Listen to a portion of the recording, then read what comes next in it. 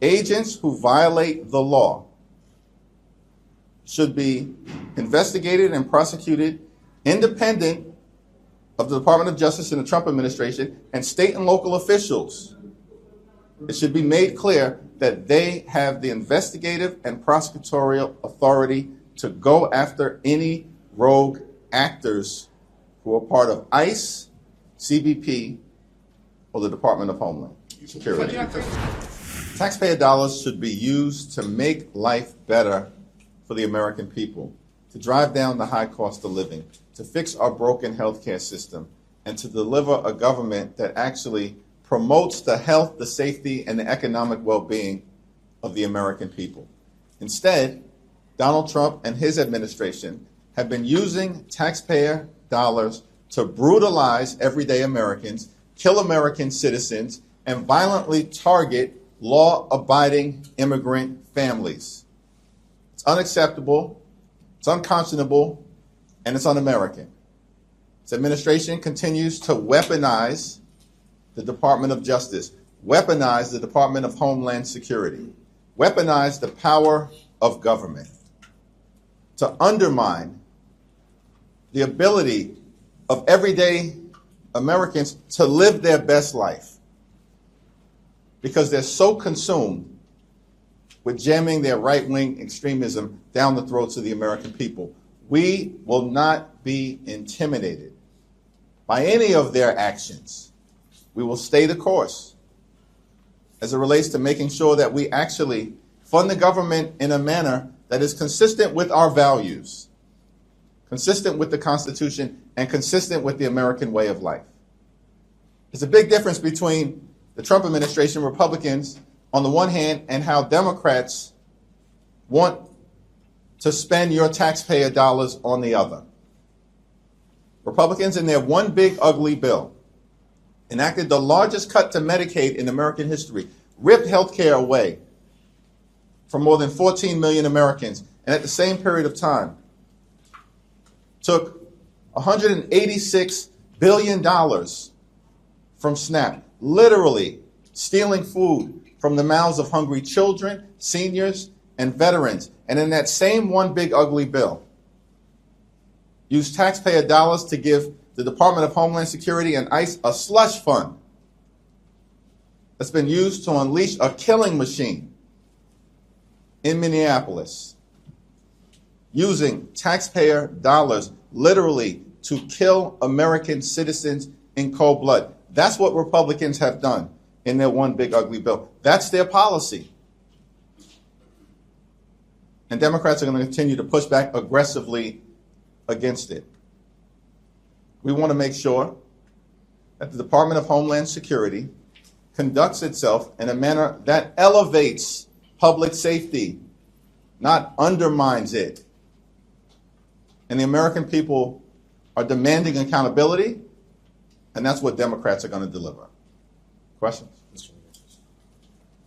Should we expect any sort of organized response from Democrats to the arrest of Don Lemon this morning? And what do you think that says about the Trump administration?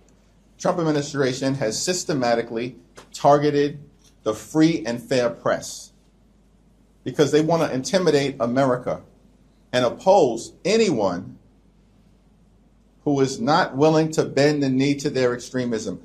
We are not going to be intimidated at all. The free and fair press is central to the foundation of American democracy. Thomas Jefferson famously made that clear, that he would prefer a country that had newspapers over government as opposed to governments over newspapers. This is central to who we are as a country. And so Don Lemon, we know, is an accomplished journalist who was doing his job as part of the free and fair press. There's no legitimacy, no basis to Don Lemon's arrest, no basis to the arrest of the other journalists. And the American people are not going to stand for it. And House Democrats are going to stand up for them. And the rights of the free and fair press as central to American democracy and our values in terms of who we are. But how? I issued a statement as it relates to where we are right now. It just happened. And so we haven't had an opportunity, even as members of Congress, to talk to each other about next steps. But of course, next steps will be forthcoming. Thank you, Mr. Leader. I'm sure you've been monitoring what's going on in the Senate. What's your reaction to the fact that there's not a deal yet with the government deadline looming? Do you have any plans to speak to Speaker Johnson between now and when the House gets back? And do you think that 2 weeks is enough time to negotiate the reforms that you're looking for? I know that there's a lot there. So we have to deal with the issue of reining ICE and the Department of Homeland Security in with the fierce urgency of now. And a 2-week window will evaluate whether that's sufficient time, but there's urgency to dealing with this issue. Because ICE, as we've seen, is out of control, and the American people know it. The American people know that the Trump administration on all of the things has gone too far. And that taxpayer dollars should not be used to brutalize the American people, and in some instances, kill them. So this is something that has to be addressed. And, you know, Democrats in the Senate, led by Chuck Schumer, supported by the House, made a clear demand. Separate out the 5 bills that clearly have bipartisan support.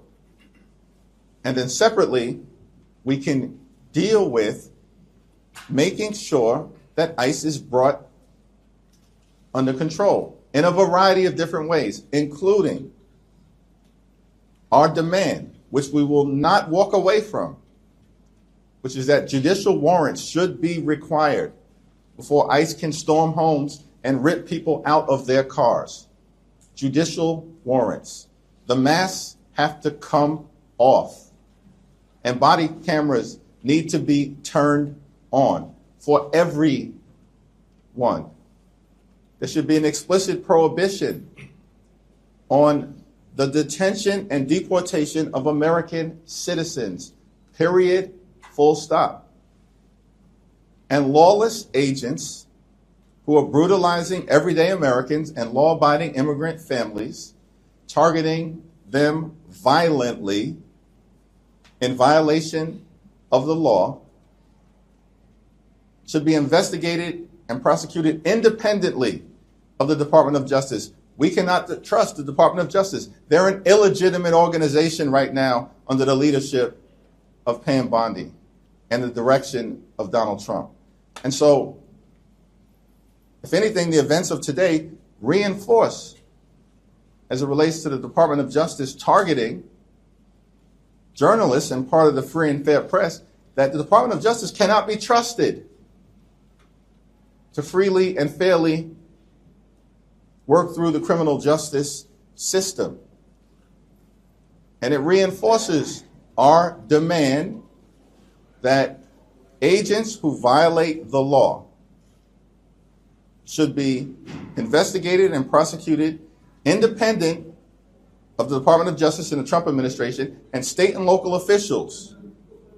It should be made clear that they have the investigative and prosecutorial authority to go after any rogue actors who are part of ICE, CBP, or the Department of Homeland Security. Leader Jeffries. Yeah. Yeah, sir. Thank you so much for your time. Could I ask you your reaction to the Republicans' new voter integrity plan, the mega bill, and are there any provisions that the Democrats could support there?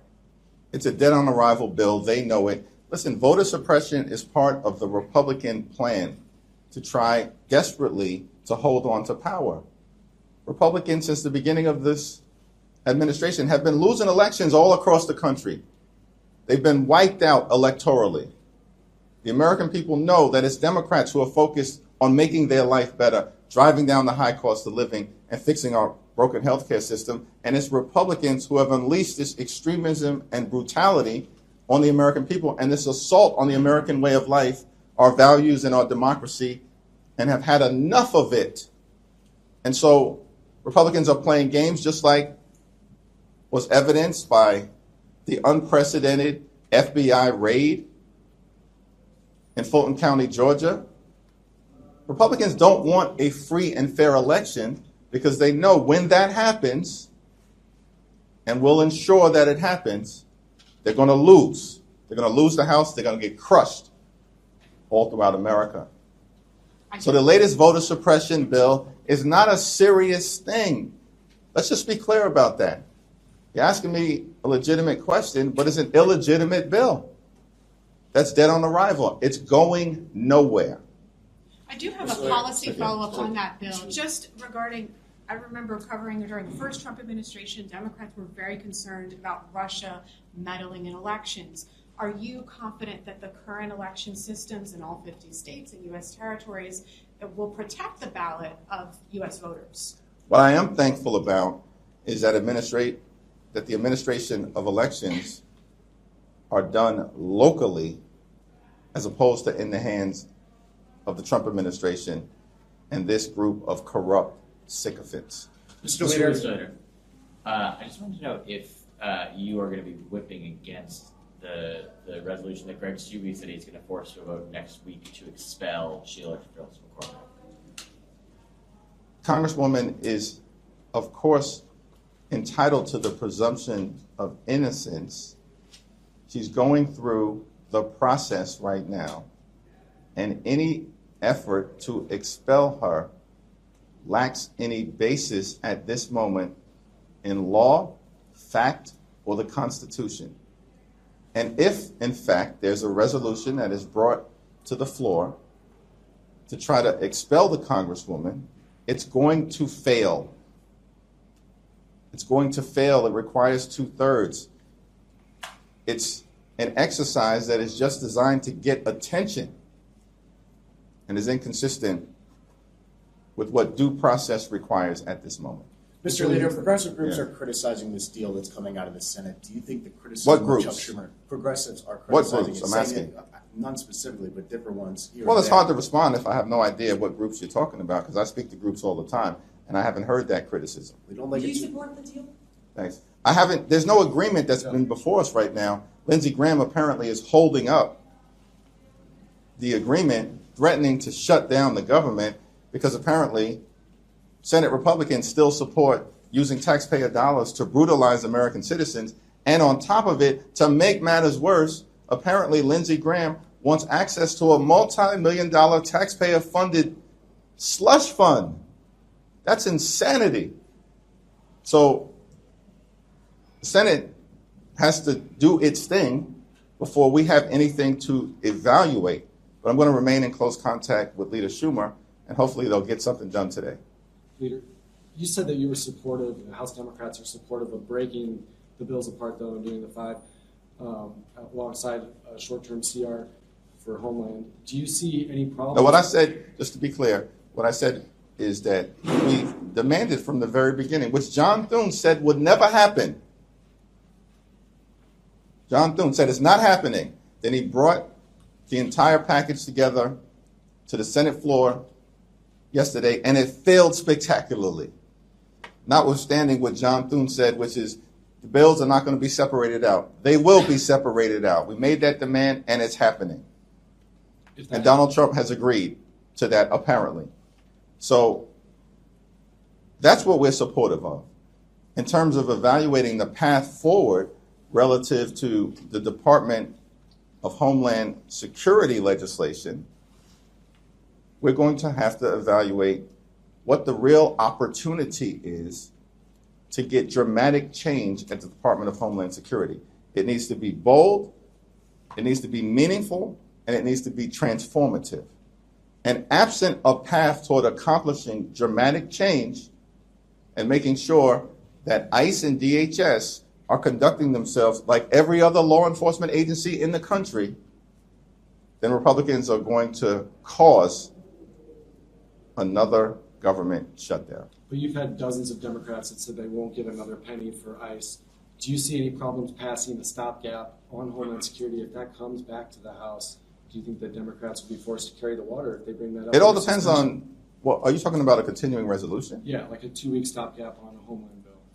Well, it all depends on how people interpret, a continuing resolution. If it's 2 weeks, that's a freeze on ICE funding. That's not an additional amount being given to ICE. That's a freeze on ICE funding. But we'll have to evaluate whatever comes together once Lindsey Graham stops his temper tantrum, and clearly he's going to have to drop his objection because of his obsessive quest to get this multi-million-dollar slush fund. This is insanity. This is who the Republicans have become. Why aren't they focusing on making life better for the American people? We are. We want to promote the health, the safety, and the economic well-being of everyday Americans. That's what the appropriations process is all about. But Republicans are making it about themselves and their billionaire donors rather than keep the American people safe. Chip Roy and some House Republicans have said that if DHS funding comes back on the table, they have some demands. How do you plan to get this new final product to be both severe enough that your caucus feels comfortable with it and also not get completely held up by House Republicans? The demands being made by far-right extremists in the House Republican conference are going nowhere. And if for whatever reason Speaker Johnson bends the knee to the far right, then Republicans are going to shut the government down because they would apparently have zero interest in getting ICE and the Department of Homeland Security under control, which their own voters are demanding happen. Their own voters. Thank you, Mr. Leader. Last week you expressed hope for a resolution before the House hold to vote on the Clinton contempt resolution. You know House Rules is going to mark them up next week. Are you still expecting a resolution? Have you been in touch with the Clintons on this? I've not been in touch with the Clintons, but it's my understanding that their legal team continues to engage in good faith negotiations to try to get to a resolution. My position on the underlying criminal contempt resolutions being brought before the Congress potentially by James Comer remain the same. Comer is not interested in any legitimate investigation. Democrats had to shame Republicans into joining us to force a vote and pass legislation to compel the Department of Justice to release the Epstein files. Pam Bondi and the DOJ are the ones who should be held in criminal contempt at this point because they're in direct violation of a federal law that Donald Trump signed to release the Epstein files that are in their possession. And there are millions of documents that haven't been released. And the only thing that the public has seen are about 13,000. Does that sound like compliance? That's not compliance. That's a brazen violation of their legal obligations, the Department of Justice's legal obligations to release documents. And so we'll see whether there's a resolution prior to a so-called criminal contempt vote, but my position on it remains the same. Yeah. Thank you. I know you said that the deal hasn't come out of the Senate yet, but it's looking very likely that it will be 5 funding bills and a 2-week DHS CR. If that is what comes to the House after Senator Graham drops his hold, will you support that? Well, that question has already been asked and answered in a variety of different ways. One thing is clear, is that Leader Thune and Mike Johnson and Republicans originally took the position that the 5 bipartisan bills were not going to be separated. The fact that the 5 bipartisan bills are going to be separated in and of itself, right out of the gate, is a victory for the American people. Simultaneously, we have to evaluate, is there a real path toward making the dramatic changes at the Department of Homeland Security necessary to stop the use of taxpayer dollars from brutalizing everyday Americans and killing American citizens, like Renee Nicole Good and Alex Preddy? That's a question to be evaluated, particularly if we find ourselves in a situation where there's going to be an intense negotiation, where Democrats have drawn a hard line in the sand. We have not been shy or bashful in articulating what will be necessary, including but not limited to judicial warrants and an explicit prohibition on the detention and deportation of American citizens, and an end to the roving bands of ICE agents violently targeting people all across America. Those have been our conditions. Those will remain our conditions until we get this done for the American people.